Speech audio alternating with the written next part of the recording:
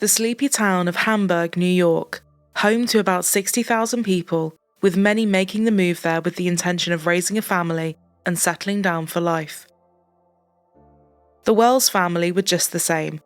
Lawrence Wells Jr., known to everyone as Larry, was happily married to his wife Jill, and they had a 4-year-old daughter, Maddie. The couple had just found out they were expecting their second child too, another little girl. Larry and Jill had been high school sweethearts, meeting at 15 and dating shortly after. They went to college together, and Larry focused on teaching. He had always wanted to work with children, and after getting his master's, he started working as a substitute teacher and mentor. Jill said if he had a little kid who had problems at home, he would take them under his wing and make sure they had the best possible life they could have at school. Sadly, however, due to the economic conditions at the time, no school was able to offer Larry anything permanent and could only carry on doing things on a temporary basis. Jill said they were ready to buy a house and start their family at this point, so her husband knew that as much as he loved teaching, he needed to get something more solid. A little deflated but undeterred, he went straight into the job hunt and started working his way up the retail management ladder. He soon found a position that he thought would suit him perfectly. Welcome to the world's greatest toy store! Make all their wishes come true at Toys R Us. Larry was a big kid at heart. He loved toys, gaming and gadgets, and working with and spending time with children was something he enjoyed. So when his local Toys R Us was looking for a new assistant manager, Larry went for it. It was certainly a different pace than what he was used to, but Larry took the long hours, overnight shifts, and weekend and holiday working in his stride. He said he loved seeing the kids come running through the doors, dragging their parents by their arms and pointing down the aisles at all the toys. With a 4-year-old daughter himself, it just made him happy. When he wasn't in his store, you could find him taking Maddie to a Chuck E. Cheese or having long walks on the beach with Jill. He just liked the simple things.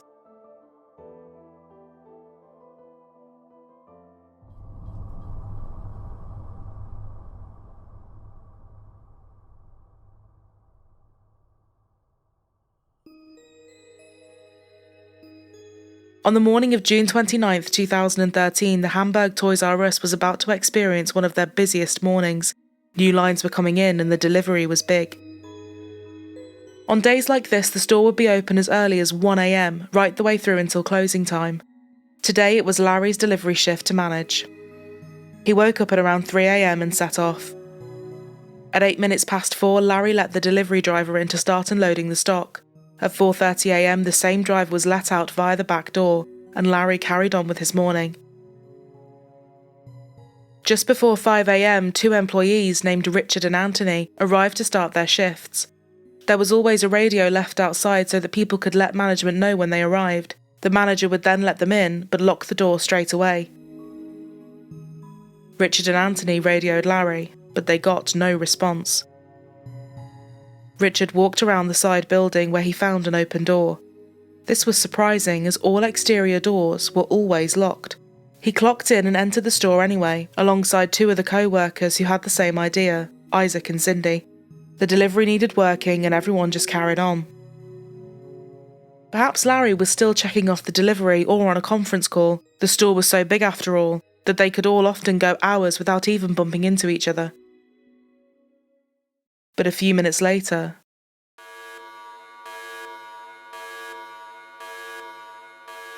the store alarm started to go off. The first thing that Larry would do when he started his shift was deactivate the alarms. With still no answer on the radio, Cindy headed off to try and find him. The noise was starting to annoy everyone.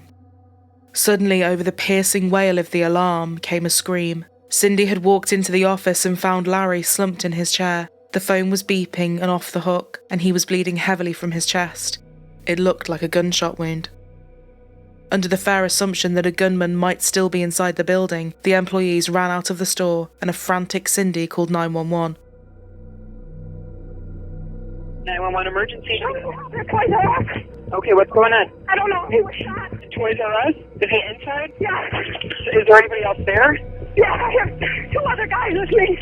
Oh my God. Was he there with you? Oh my God. Okay, what's going on here? Who's there with you? I'm the staffer, and we had a manager up at 4 o'clock. We were on loading truck. And- Not to let somebody in. And then another guy just told me the toy store was open, and that's how one of the other shoppers got in. Armed officers arrived quickly and tentatively entered the store, fully prepared for a standoff with a shooter, but they couldn't see anyone around. Moving into the office, they found Larry clinging to life with a very weak pulse. It was not a gunshot, but 3 stab wounds to his chest. He was bundled into the ambulance, but tragically, just before he reached the hospital, he succumbed to his injuries and died. A SWAT team was now in the building, and it was confirmed that whoever had killed Larry was definitely no longer there. For something like this to happen in a locked building full of cameras, with people inside and working, the whole situation was even more shocking, especially to have happened to someone like Larry. Journalists and detectives said that the crime rate in Hamburg was as close to non-existent as you could get, so something like this was jarring.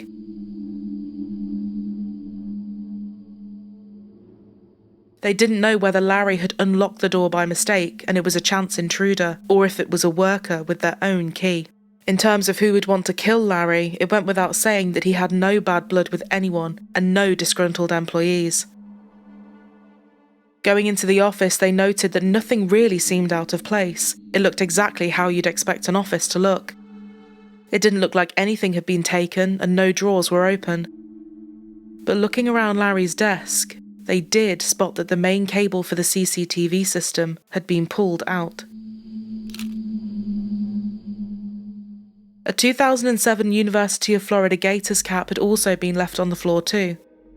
This definitely seemed out of place, and it did have a lot of DNA on it to be able to test. The 4 employees at the Toys R Us at the time were pulled in for questioning right away, and the police were on the fence with everyone. Isaac was nervous under investigation. Richard had arrived late to work with no alibi for where he was before. Cindy had been the first to find Larry, and Anthony actually refused to answer any questions, which seemed odd. Believing that the baseball cap was a key part of finding Larry's killer, they took DNA swabs from all 4 of Larry's co-workers to compare to it. It was confirmed that the same DNA on the hat was also a match to the DNA found on the cable which had been pulled to stop the cameras recording. But this DNA was not on the police's file. Noon, police are hoping someone's going to come forward to help catch the killer who attacked a manager at a Toys R Us in Hamburg. News 4's Anthony Conjay is live with the very latest on this investigation. Anthony? Well, Diana, the Toys R Us did reopen this morning. It was the first time since the assistant manager was stabbed to death inside the store on Saturday. Police continued to search for evidence outside the Toys R Us Monday morning. More than 2 days later, no arrests have been made for the murder of 35-year-old Lawrence Wells. While police have not yet made any arrests, they do have a key piece of evidence, a 2007 Florida Gators championship hat left behind by the suspect. Police will be testing the hat's contents for DNA, but hope the hat may jog someone's memory. The funeral for Larry Wells will be held this coming Thursday in Forestville. Police are asking anyone with information to please give them a call. We hope to have much more on the investigation coming up tonight on News 4. Jill said as heartbroken as she was, the support that was coming in for her and Maddie via social media was so lovely and overwhelming. Toys R Us employees nationwide, as well as people with no connection to Larry at all, were sending their love, and reading all the nice things that people had to say was putting a smile on her face. The Facebook page had almost 3,000 supporters in just a few days. The head of loss prevention for the region was Bernard Gruscher, who went by Bernie, and he was soon called into the store by head office. He was ready to help the police with the cameras and check over the building. He was a frequent face in that particular Toys R Us, and Larry knew him well. The cameras showed that at around 4:20 a.m, someone had been lurking outside the front door for a few minutes before getting inside. It was unclear whether they had forced the door open or unlocked it. They entered the store in dark clothing, covering their face. Experts felt confident that it was a man, but apart from the hat, there was nothing they could make out. They had done a good job of concealing themselves, and the camera quality was poor at best. Larry's killer started moving quickly through the aisles, zigzagging around. He was careful to avoid some of the cameras, and he was hard to keep track of. On one camera, though, they could make out him wearing the same cap that was left in the office. and he was carrying a huge knife in his right hand. At 4:32 a.m, the person moved into the office. The door was open and Larry was not inside.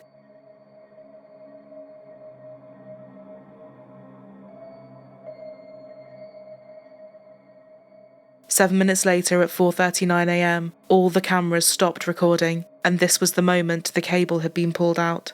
There were no cameras inside the office either. Larry entered just after this and walked right into his killer. They all stood there looking at the black screens, helpless, with no clue as to where to look next. Bernie burst into tears, telling officers that Larry was more than a colleague, he was a friend of 6 years. Bernie had even been the one to interview and hire him. Detectives could definitely say one thing with certainty now. They were sure the suspect knew the store's layout before he went in. It seemed so unlikely that a random intruder would risk doing something like that, with all of the lights in the store on, knowing that there had to be people inside working. But investigators had taken DNA from dozens of employees at this point and hadn't gotten a match to anyone. Despite the initial feelings and possible suspicions they had about the 4 people working there that morning, through DNA testing, they totally ruled out Richard, Anthony, Isaac, and Cindy. They had lost their boss and friend, and found him dying. What happened unsettled all of them, so it was no wonder they were nervous and didn't really want to talk. Good evening. 1 month has now come and gone since a brutal toy store murder. And tonight, family and friends are still desperately seeking answers. Now, despite surveillance pictures, a hefty reward, and desperate pleas from family members, his killer remains on the run. Authorities were hitting a wall, though. As good as it was that they were ruling people out, they weren't adding any suspects to the list, and things were coming to a grinding halt. It had now been 3 months since Larry was killed, and Jill, along with the police, were worrying that it might not get solved. Police in Hamburg were scared that someone could not only have got away with murder, but they were still out there walking the streets. Jill said all she could do was sit by the phone and wait. Larry's 36th birthday came and went, and then there were all the holidays coming up. Larry loved dressing up with Maddie for Halloween, then it would be Thanksgiving, and then Christmas.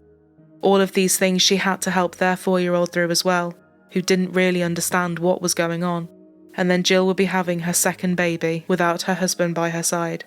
It was a very vulnerable and scary time for her.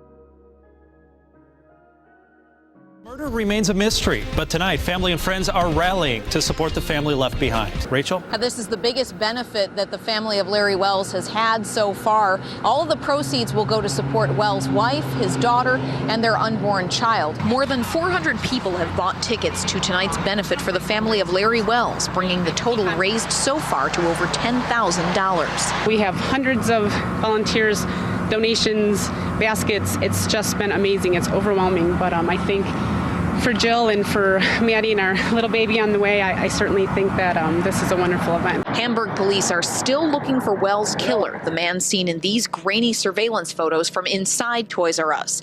Their best piece of evidence remains this 2007 Florida Gators National Championship baseball cap, which they say the suspect was wearing and left behind. Police were testing that ball cap for DNA evidence, and they were also trying to enhance the surveillance photos, but as you just heard, the suspect still has not been caught. If you have any information about him or anything about the murder of Larry Wells, you are asked to contact Hamburg Police at 648-5111. Reporting live in Lackawanna, Rachel Kingston, News 4 at 6. Police were now desperate and enlisted the help of the FBI, knowing they needed more resources. They suddenly realised they were missing a DNA swab from one person. Someone that was around the store a lot, someone that had been helping the police from the start with the investigation. 38-year-old Bernie Grusha. The regional loss prevention manager. And now that they thought about it, he had avoided participating in the DNA test several times, and often for silly reasons. Police called Bernie, again asking for a quick meeting for a sample. It seemed unlikely that he would be involved, but ruling him out was still a good thing to do. Bernie said he would, but he was at a Toys R Us conference and would get back to them. They then called the Toys R Us head office asking when the conference was over and when they could expect him back in Hamburg. Their stomachs dropped when the person on the phone replied, "Conference? There is no conference." It was clear that Bernie wasn't going to be coming to them anytime soon, so they needed to go to him. A few days later, they tracked him down at his father's house, and fortunately, he was there, but he didn't seem nervous at all and was happy to cooperate. And just 20 seconds after they knocked the door, they had their swab. A quick turnaround in testing left everyone stunned. It was a match to the baseball cap and the cable.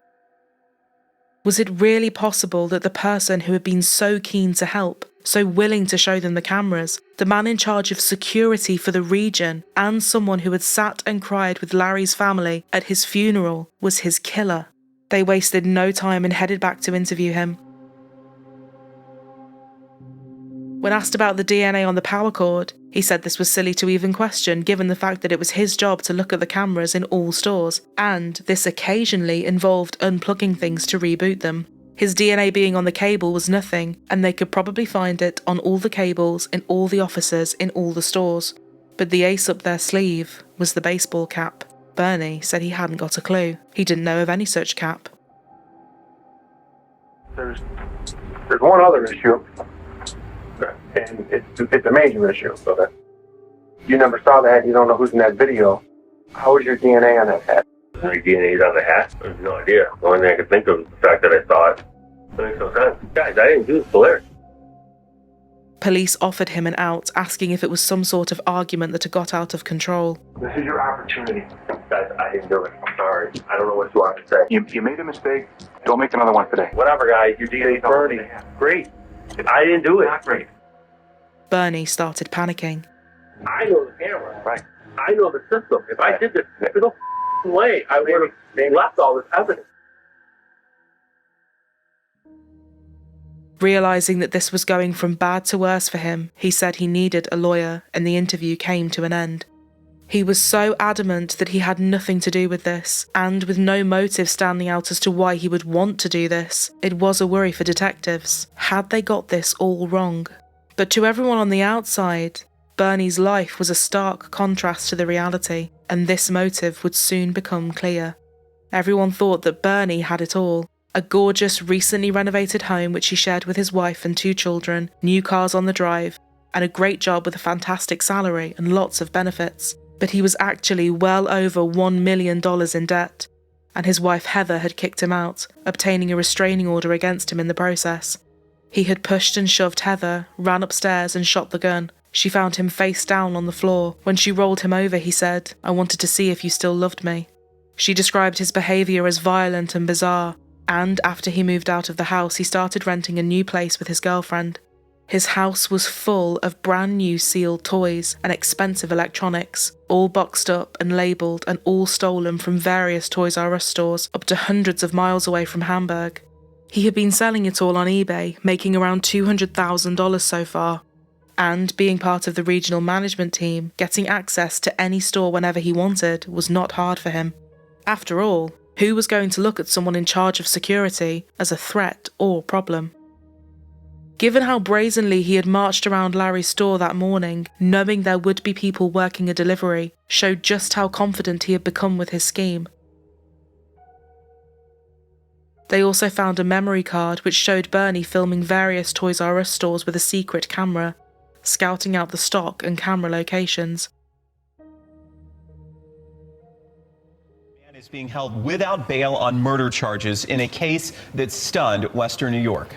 38-year-old Bernard Grushka was a regional manager for the store and is in jail this morning. He played an interesting role in the investigation, though. Police say he was unusually helpful and spent time consoling other employees, as you see here in this video. He was always on the radar, but, it was a matter of having really too much information to pour through until it finally got focused on him. Throughout the day yesterday, police raided 2 homes in the case. One in Elma, where Grushka is listed as the owner, and the other in the village of Allegheny, where he was arrested. Police say they collected more evidence from both places. We hope it brings closure to the Wells family and all his friends. It's been a tough, 3.5, 4 months for them.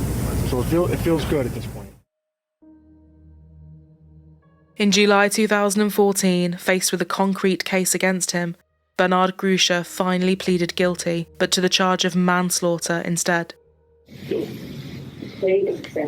Why did he not confess at the time?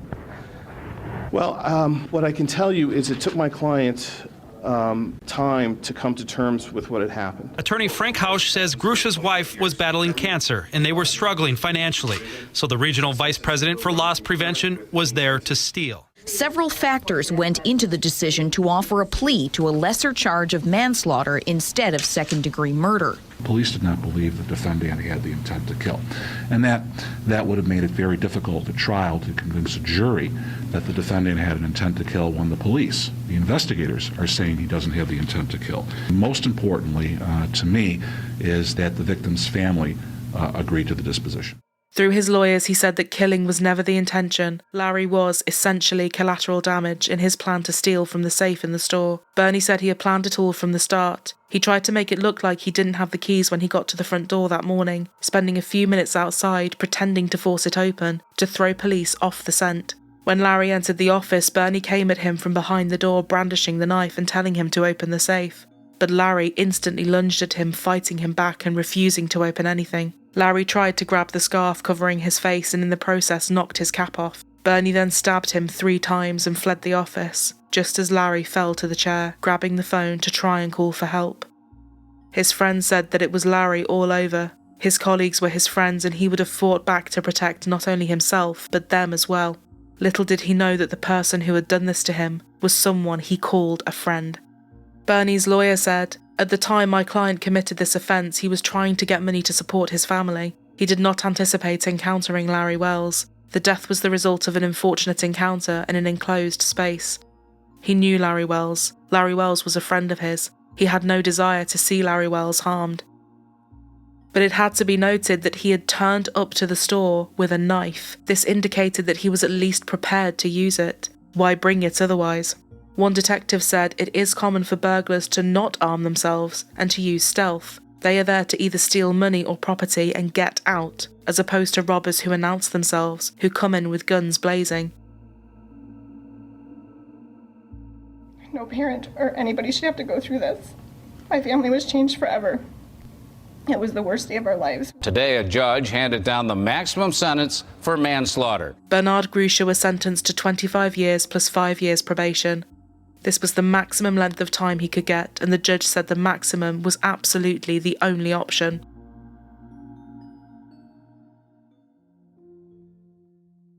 Larry's joys and loves in life were simple, his job and his growing family. When he woke up that early morning, it was a work day like any other, and by mid-afternoon he would be home again, ready to take his daughter out for dinner and play games. It was such a totally senseless and heartbreaking killing, at the hands of someone Larry not only trusted as a colleague, but saw as a friend too.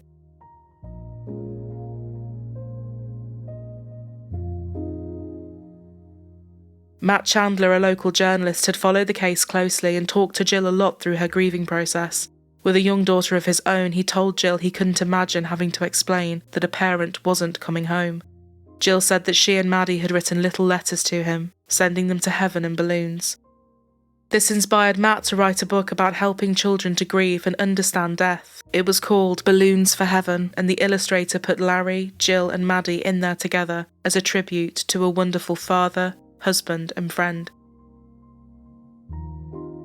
Larry's drawing had wings and was wearing his favourite football team's jersey as well. The book came out on the 1-year anniversary of his death, and Matt donated all the money made from the book launch to Jill and their girls. It's hard. It's been a really difficult month for me with my daughter graduating preschool and getting ready to go to kindergarten. She started doing it at the funeral. She drew pictures, wrote tons of stuff to him and put him in with him. Before he died, Larry said he liked the name Peyton for a girl, so Maddie gained a new sister, Peyton Larry. Mom, how old was I here? You were probably 3. Like that one. What is that? Daddy on the beach here. Remember these places where we went to? Yeah. Peyton never met her dad, but Jill and Maddie will make sure she knows him. Everyone says Maddie not only looks like her father, but has his personality too. Jill said, "I lost my husband, my best friend, the man who I love so much. We were supposed to grow old together, raise our children together and watch them grow up. But instead he was taken from us. Our daughter lost the best father she could have. They did everything together. She doesn't understand how someone could take her father from her.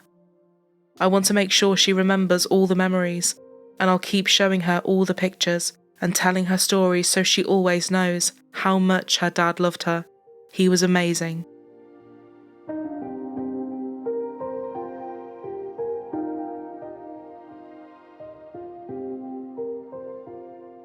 We are so grateful to all of our viewers and all of our patrons, and we'd love you to consider joining our little community over on Patreon. It supports us as a channel, and we couldn't be more appreciative of anyone that does so. It also gives you behind the scenes, extra episodes, and early ad-free access.